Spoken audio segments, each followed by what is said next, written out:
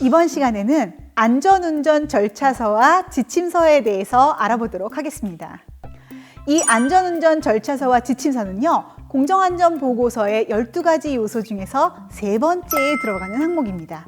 많은 분들이 안전운전 계획을 하나의 카테고리로 보는데 얘는 큰 분류이기 때문에 여기에 첫 번째 나오는 안전운전 계획의 첫 번째 들어가는 내용이 오늘 우리가 함께할 안전운전 절차서와 지침서입니다.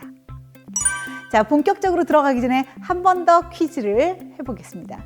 공정안전보고서는 화학 물질 때문에 쓸까요? 설비 때문에 쓸까요? 자, 정답은 1번. 유해 위험 설비를 가지고 있기 때문에 작성하는 겁니다. 그러면 이 설비를 어떻게 운전해야 안전하게 운전하는 걸까요? 자, 사고 사례를 하나 보도록 하겠습니다. 엑손모빌이라고 하는 우리 동종업종이죠. 루이지애나 정유 공장에서 폭발 사고가 발생했는데요.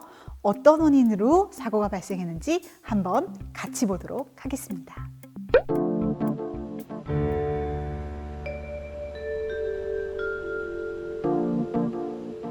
The fire at ExxonMobil's Baton Rouge refinery occurred in the sulfuric acid alkylation unit. There, isobutane and olefins are converted into a major component of gasoline through a reaction involving sulfuric acid. On the day of the incident, two operators were preparing to put a spare isobutane pump into service. To do so, the operators needed to open the pump's inlet plug valve. That plug valve was operated manually. A hand wheel and a piece of equipment called a gearbox were connected to the valve by a support bracket. The gearbox uses gears to make it easier to turn the valve stem into the open or closed position. The operators turned the hand wheel on the spare pump's inlet plug valve, but the gearbox was not working properly, and the valve would not open. When the gearbox was malfunctioning, it was an accepted practice in the alkylation unit for operators to remove the gearbox so that a pipe wrench could be used to turn the valve stem and open the valve. The gearbox was connected to the valve body by the support bracket using bolts. The operators removed 4 vertical bolts from the valve.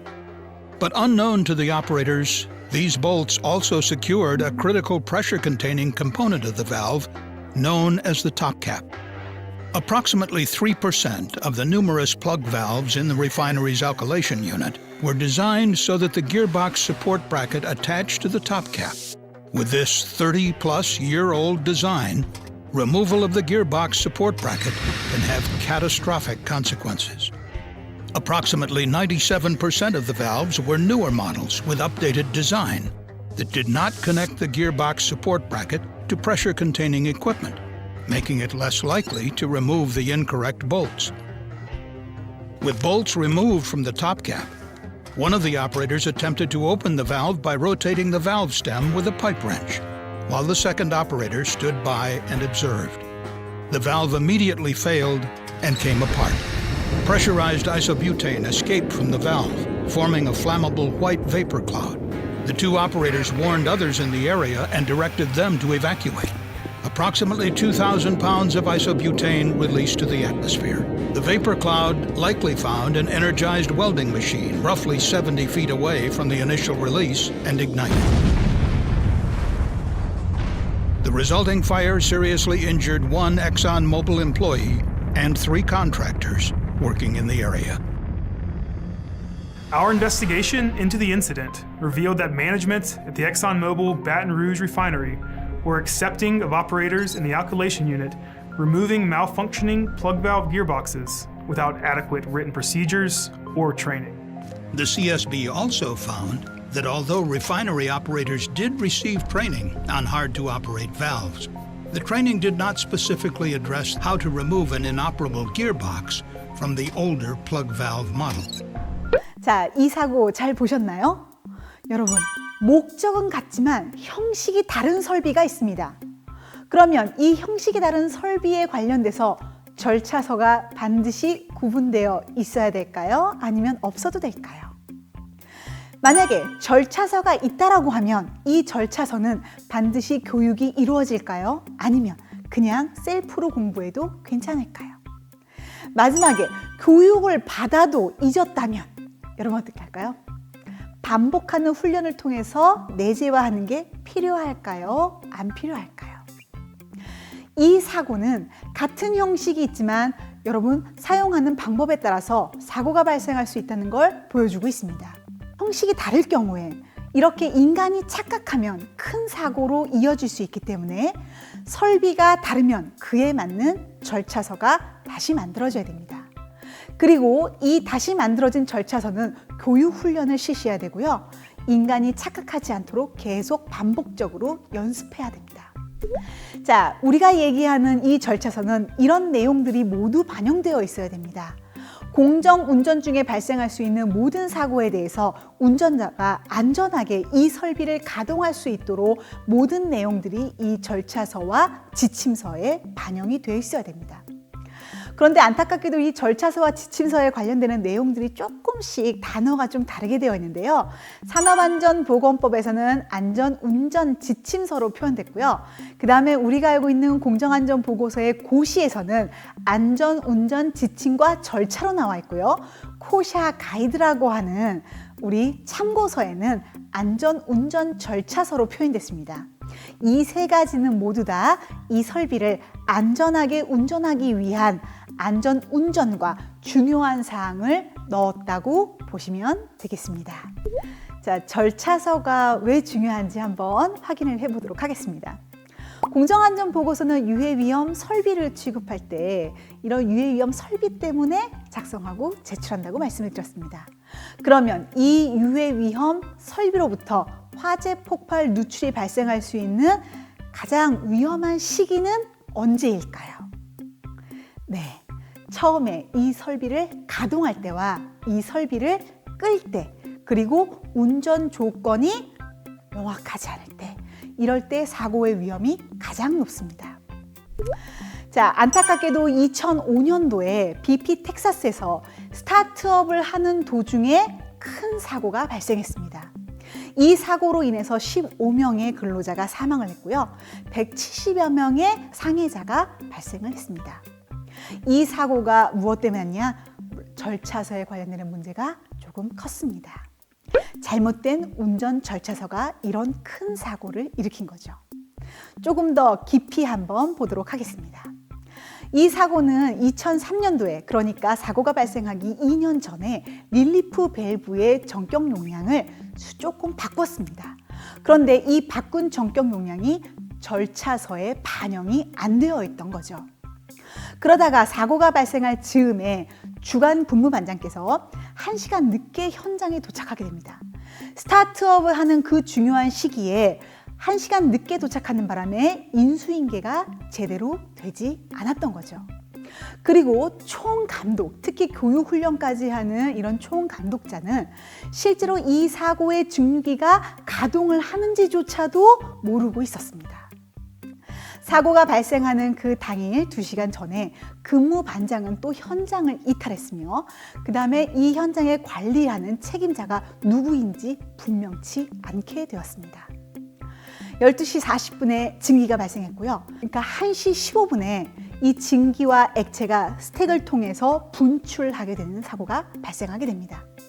그런데 이 증기와 액체가 발생을 하여도 알람이 울리지 않아서 대피를 못하는 상황이 되면서 실제로 아주 많은 분들이 희생을 당하게 되었습니다. 그래서 이런 절차서를 명확하게 하고 책임 소재를 분명하게 하는 이 절차서에 관련돼서는 코샤 가이드에서 이런 명확한 기준을 제시하고 있습니다. 여기에서 핵심 사항은 바로 이런 거죠. 첫 번째, 정말로 이 설비를 제대로 가동하기 위해서 가장 위험한 시기에 절차가 명확하게 되어 있는지, 그리고 도면과 이 실제의 절차서가 명확하게 일치가 되는지, 그리고 이 설비를 운영하는 근로자들은 그 내용에 대해서 정확하게 인지할 수 있도록 교육 훈련이 이루어지고 있는지, 이런 것들을 확인하게 되어 있습니다. 자, 그러면 우리가 반드시 알아야 되는 핵심 사항에 대해서 확인을 해 보도록 하겠습니다. 자, 그러면 절차서를 잘 만드는 방법이 있을까요? 없을까요?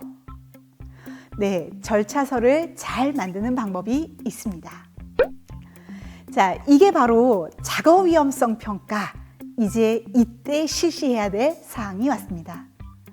사업장 위험성 평가에 관한 지침에 따라서 위험성 평가를 실시해야 되는 시기는 법으로 정해져 있습니다.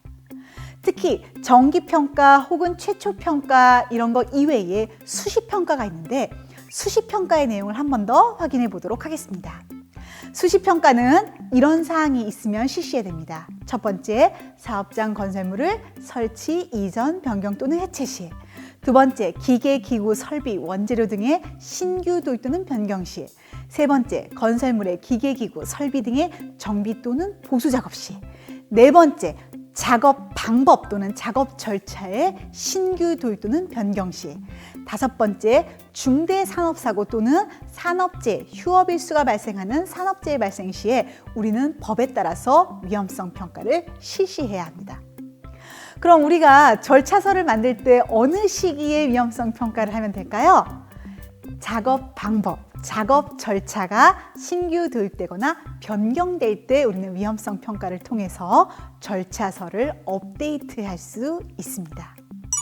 특히 여러분, 이 공정 중에서 이런 내용들이 있을 수 있습니다. 예를 들면 스팀 또는 다른 가열 매체의 공급이 중단될 때, 전기 공급이 중단될 때, 혹은 냉각수나 공정수나 냉매의 공급이 중단될 때, 이런 경우에 많은 시뮬레이션이 필요합니다.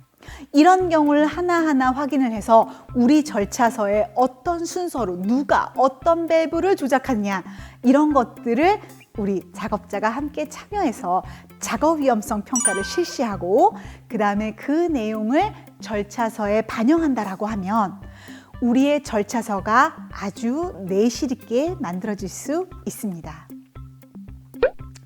자, 이 내용은 이행상태 평가할 때 우리가 확인을 받는 사항입니다.